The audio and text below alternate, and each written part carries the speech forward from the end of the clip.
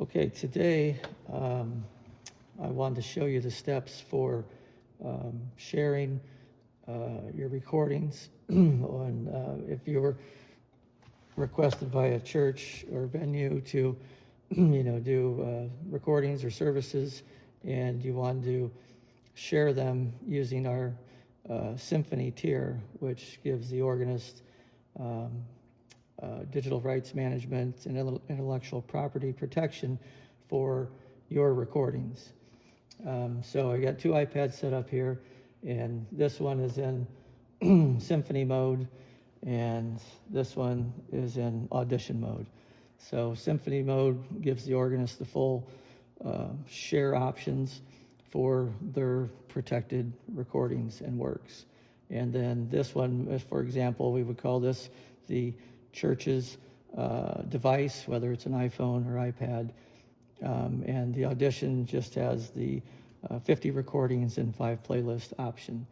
And so I'll show you kind of the steps here to go through to do this. And we'll just start as if you, as the organist, have already recorded, we'll just say 10 recordings for a service. I know many times it's more than that. So we're going to start over here on basically what would be your device, whether it's the phone or the iPad. In this example, we're just using the iPad. So the first step you want to do is you'll want to then create the name of the service or playlist that you're going to share with the church's device. So we're going to go into services, and we're going to create a new service, and we're just going to call this demo share. And you can put a date on it, and we'll just call it for the 15th. And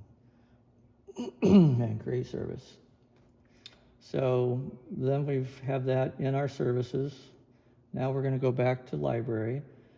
And in library, you would have recorded your 10 or 15 pieces that you could either search for, or if you put them in a folder, you would just go to that folder and pick those. So we're just going to go into our all, and we're going to go to select. So you want to hit select, and then that's going to give you an option then to scroll that folder and then multi-select as many as you recorded. And we'll just grab a few more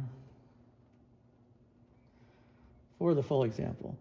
And so now that you have those selected, we're going to go up top, and it says add to service. So we're going to click add to service. And in here, it'll show you your services that you've created.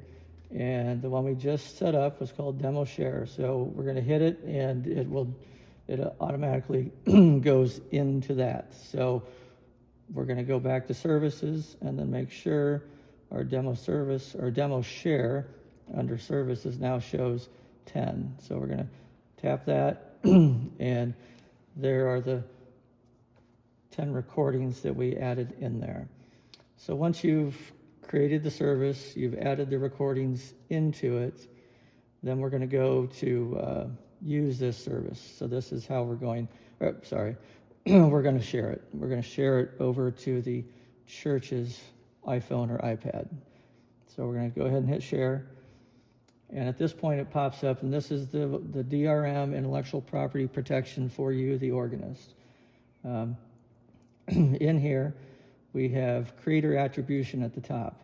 So in there, you can put your name. So the receiving device and church will know that you have shared this service with them. And so that way in the future, if they want to reach back out to you and say, could you, share another service with us, or out of all your recordings, could you create one and then email or airdrop to us? So we're just going to call that demo share for right now. In here, we have play once, and so they could play that full service. Each of those 10, 15, or 20 recordings that you share can be played one time. Then the opposite of that is keep forever. So if the church is building up their song library, and they would like to compensate accordingly for Keep Forever, then that would be an agreement between you and the church.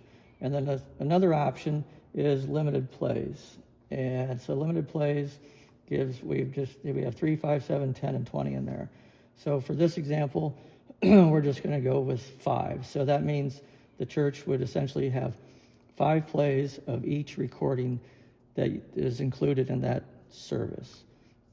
So we're going to go ahead and hit Share Protected. We selected, you can select any of these, but we'll select 5 for the demo purpose. Share Record. So this animation here just lets you know it's gathering the recordings, it's encrypting the file to share, compresses it, and then it's going to give us an option to airdrop it or mail it, are the 2 best methods to use. If you're on site and the minister audio visual team is there, then you can airdrop to their device if you're close by. But if you're somewhere else, or you can always just mail it to them, email it to them. So for this example, we're going to hit airdrop, and it sees the local device called Recital iPad, and we're going to select that. And so over here on the church's device, it shows the demo share playlist service has been received. And at that point, in the top corner, it'll say WatsonMIDI. So that means as long as WatsonMIDI is installed on this device, then you will click that and it'll open your protected service on that device. So we'll go ahead and tap WatsonMIDI, and then we get a notification that says import complete. Demo share has 5 plays available, which is what we selected over here, and 10 recordings were imported. So we're going to hit OK on that. And so now we'd like to go verify. So let's go into our services and see if demo share is there. Demo share is there, the date that we put, creator attribution would be there.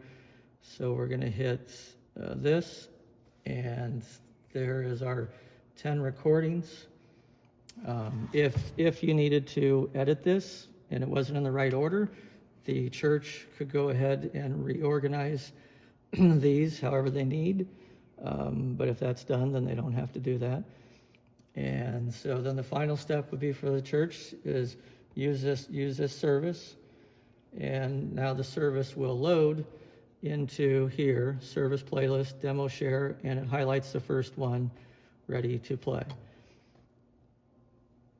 And so just for example, then the church would hit play, and it lets you know there's 5 remaining plays and shows that it's unlocked because they're within the allotted amount that you gave them to play that service in per recording.